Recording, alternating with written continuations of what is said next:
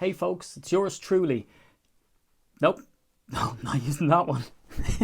Green 18! Green 19! Hut! Hey folks, Steve here from the UK Packers YouTube channel, at UK Packers YouTube channel, at UK Packers all over social media, and what a weird draft. However, it's not unheard of, and I'm here hopefully to dispel some of the BS that's going around online. Now, in the corner, you'll see that there's a podcast that we've released. That's with Peter Jones and Andy Davies, and that's talking about our draft reaction. So this is kind of to accompany that, but that still a good listen. This, I'm just annoying myself in the edit. So, what are we seeing here? We're seeing the story kind of unravel over the last couple of days, in the sense that Peter King spoke to Brian Gutekunst, and it sort of has washed out why we picked Jordan Love. Now, did the Packers want to pick Jordan Love? They say no. Is this a message to Aaron Rodgers? Of course not. And I think that's for one reason. Because we all have phones. I mean, why would you go and draft someone as some sort of message or warning to Aaron Rodgers that his time is up? It's as simple as this, according to Brian Gutekunst. They were going after a wide receiver in round 1. They didn't get the guy that they wanted there. They saw that Jordan Love fell, so they decided that they were going to trade up and try get him. And the word in Peter King's article, which is fun, is they had intel. So, bunch of spies. So they had intel that there was teams that were interested in Jordan Love, and they potentially saw him as the starter in Green Bay way down the line. We hope. So the teams that have come out after that are the Colts, and the Patriots were apparently going to trade in and get him. So the very first pick in the draft kind of governed how the draft went thereafter. Now, Gutekunst says, again, according to Peter King, is that in the second round they tried to trade up and get one of the wide receivers. It was one of two that they wanted to get. They called the Vikings, and you're calling a divisional rival. So I'm kind of guessing how that went. Hello, Brian Gutekunst here. See ya, is probably how it went. So they tried to trade up and get a wide receiver. It didn't pan out, and then they got AJ Dillon. Now that also makes sense. But it's like in 2005 when Aaron Rodgers just fell down the draft board. And again, he's getting criticised, Brian Gutekunst, by saying that, it's the way the board fell. He was the best person on the board. And people said, yeah, well, you traded up to get him. We said on the podcast leading up to this that it was going to be a case that they're probably not going to stay pat. They're probably going to try trade up or trade back. And at the stage that when they saw Jordan Love trickle down, obviously the Packers were pretty high on him because they picked him. And will there be friction between Aaron Rodgers? I don't think so. And I'll discuss that a little bit later on in the video. But still, certainly a risk. And you wouldn't rock the boat or even fear risking rocking the boat. It's a fun phrase to say. If, this was going to be the case, if you took him, that there was going to be a problem. There's mixed messages, however. Because Gutekunst and LaFleur are coming out and sort of saying, it's just a quarterback. It's it's a good prospect, and Aaron can play for as long as he like. Fall apart in my backyard. It's fine.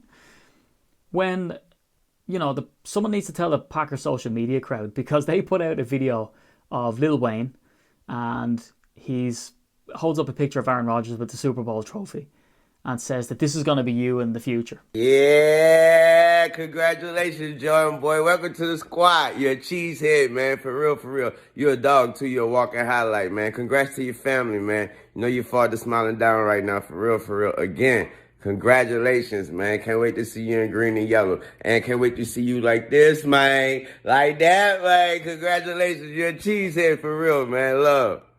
So then that sort of dictated that if they couldn't get up and get a wide receiver, that they picked up AJ Dillon.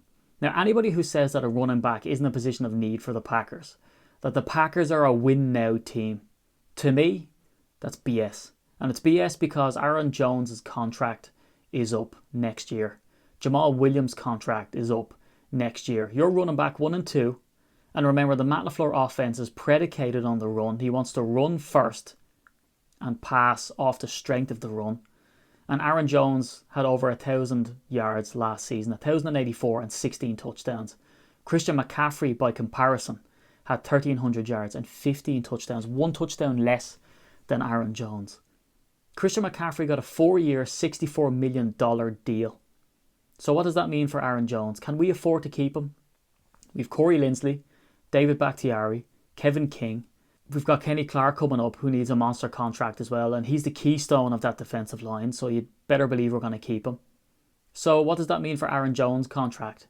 So anyone who says that we don't need a running back, look, we have Aaron Jones. Yeah, we have Aaron Jones for now, but maybe not next year. AJ Dillon, if you look at his highlight reel tape, he kills guys. And that's exactly the type of running back that we need.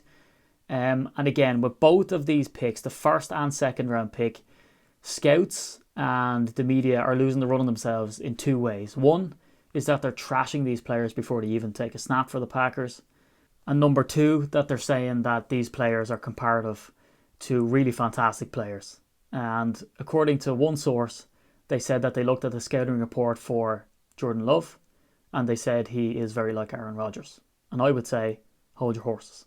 Another one is that they look at AJ Dillon and they say he compares to Derrick Henry. Also, whoa, because that's a big name to compare to. However, there's massive upside and there's a reason why these guys were picked. But it's not uncommon. You know, I mean, look at the success story in Kansas City. Now, do I think that Jordan Love's going to come in and crowbar the position away from Aaron Rodgers within 2 years? No, there's salary cap implications.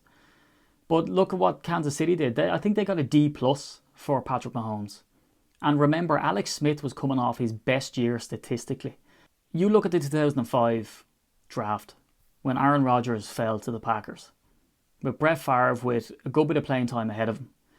Behind the scenes, he was waxing and waning about whether he retires or doesn't retire.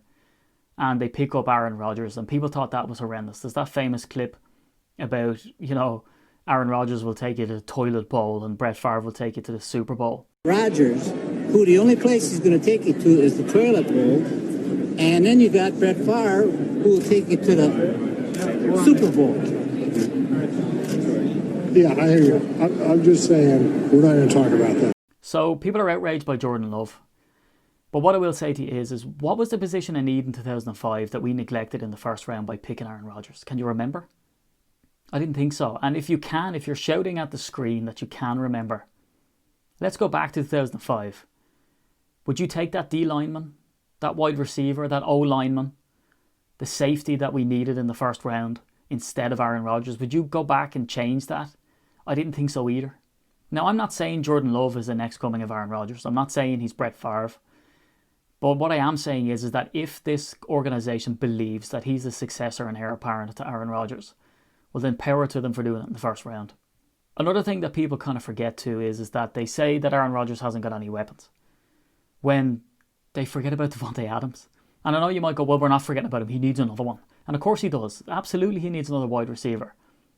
But to that note, we have Funches, and you might be laughing now and saying, oh, well, but I don't know why you are. I mean, it's a veteran presence.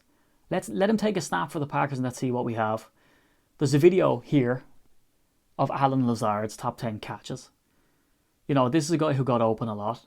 Aaron Jones is a fantastic pass catcher, and we've added a tight end who's effectively a fullback, and also AJ Dillon in this draft. They're tools to help Aaron Rodgers as well. Now, would we have liked one of the really fantastic wide receivers in this draft? Absolutely we would have. But the board didn't fall that way, and the Packers have potentially picked up the successor to Aaron Rodgers. And if not, what's the worst case scenario? We end up with a New England Tom Brady, Jimmy Garoppolo style situation. Don't forget too that a first round pick has a 5th year option. That gives us 5 years. Aaron Rodgers will be in his 40s at that stage. And also don't forget that Davante Adams was out for 4 games last season with turf toe. And in that time, the Packers went 4-0. Jay Kumaro had 1 catch for 12 yards. He ended up going for 120-something yards and a touchdown. Alan Lazard had 149 yards and a touchdown. Aaron Jones doubled his yardage from scrimmage. And Jamal Williams went up by 50%. So we used our weapons, and there was talk at the time of how we're going to integrate Davante Adams back into this system that was doing so well. But there seems to be a bit of a skewed logic, right? Is that we needed this first and second round to pick up a wide receiver because we were 1 player away. There's some weird logic that we reached the NFC Championship game, and what that means is that we're going to automatically get back there next season and we're 1 wide receiver away. Mostert ran for 1 billion yards against us in the NFC Championship game. We were outclassed and outcoached in that game. and we needed some run-stopping power. That's a different story. That's not this wide receiver debate that I'm talking about. You know, and just because, did we really think the be-all and end-all is the first round wide receiver? That's what we should have done instead of Jordan Love? So if you look at Jordy Nelson, 2nd round. Randall Cobb, 2nd round. Devontae Adams, 2nd round. Greg Jennings, 2nd round. Donald Driver, 7th round. The best wide receivers in recent memory for the Packers have been 2nd round or beyond. So it's not beyond the realms of possibility that we can actually do something with the guys that we have. And anyway, we're going to have to, aren't we?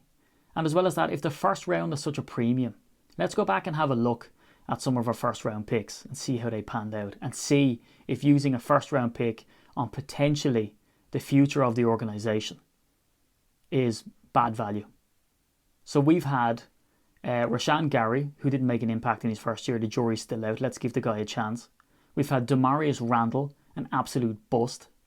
We've had Dayton Jones, who never lived up to expectations. We've had Nick Perry, who was perpetually injured, had one good year, got a big payday, and now he's gone. So if you want to look back at these first round picks, can you really tell me that they're the be-all and end-all of everything? Jordan Love, if he works out to be a fantastic quarterback for Green Bay, is absolute value for money. And the same boo birds out there who are saying it was a terrible pick will be thanking Brian Gutekunst for what he's done. Now, I don't know that that's going to be the case, but if that's the reason that they did it, I can't fault them for doing it. Jordan Love could have a tremendous upside in Green Bay. He might put the fire under Aaron Rodgers and cause a change in Aaron to be even more dynamic and elite than he already is. And if we get to a situation where, you know, Aaron's still performing at a high level, Jordan didn't meet expectations, there's no harm. You can always trade him away and get a pick for him. If there's one organisation that needs stellar quarterback play and longevity, it's the Green Bay Packers. We don't have a rich owner. We're community based. And in fact, some of the wisest sentences that I've heard this week have been from a friend of mine who's a non-Packers fan. And he said that the Packers have been blessed, which we know, with, you know, quarterback play, and that we've kind of taken it for granted. So it's unfathomable to use a pick on a quarterback when it's deemed that we don't need one. When you look at the likes of what's happened with the Bears and what's still happening with the Bears, what we've seen happen with the Vikings, I mean, when you don't have a quarterback, it's a pretty bad situation to be in, and that's widespread around the league. It's very, very rare to get what we have. And believe me, the worst time to go looking for a quarterback is when you need one. So that's it. That's the video. That's the 10-Minute Tuesday for this week, folks. There'll be plenty of content and plenty of giveaways coming up.